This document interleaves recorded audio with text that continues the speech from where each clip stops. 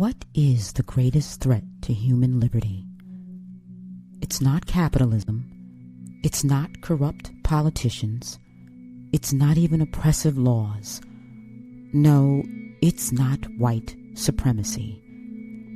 It's the surrender of the individual mind.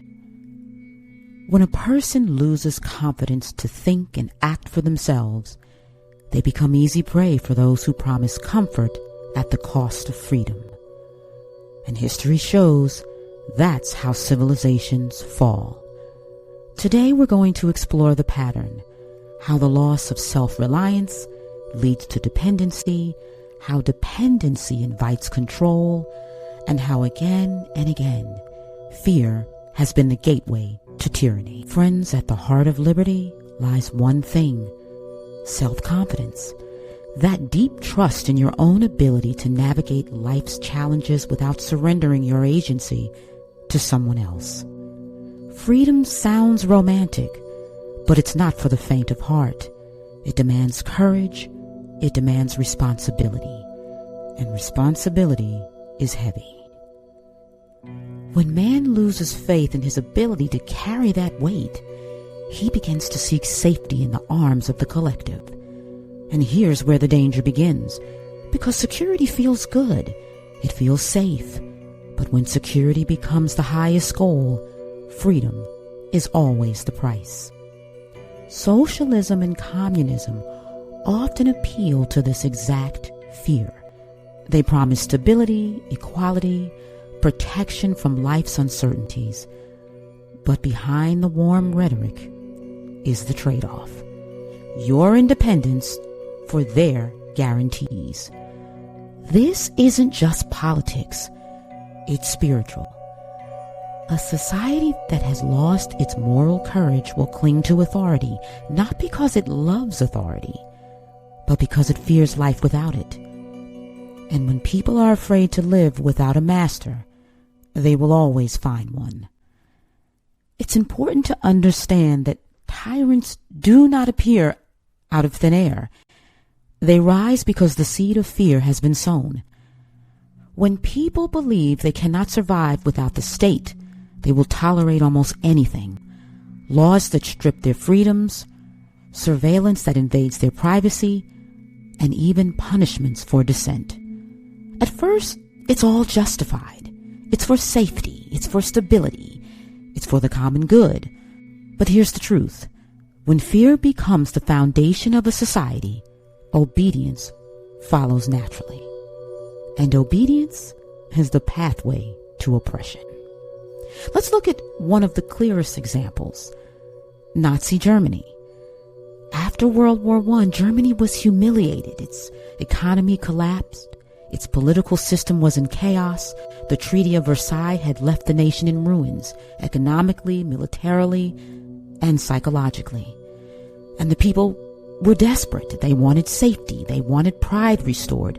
They wanted someone to fix it all. Adolf Hitler gave them exactly what they were looking for. Not everyone loved his ideology from the start, but his message was simple: I'll make you strong again. I'll give you stability. I will protect you. That promise was irresistible to a nation drowning in fear. Little by little, the German people surrendered freedoms in exchange for this sense of security. Laws were passed to silence dissent. Propaganda began to reshape truth.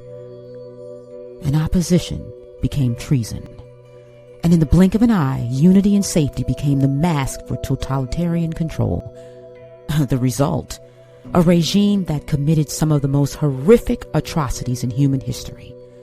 The slaughter of the Jews revealed to not only the Germans, but to the world, the dire consequences of tyranny.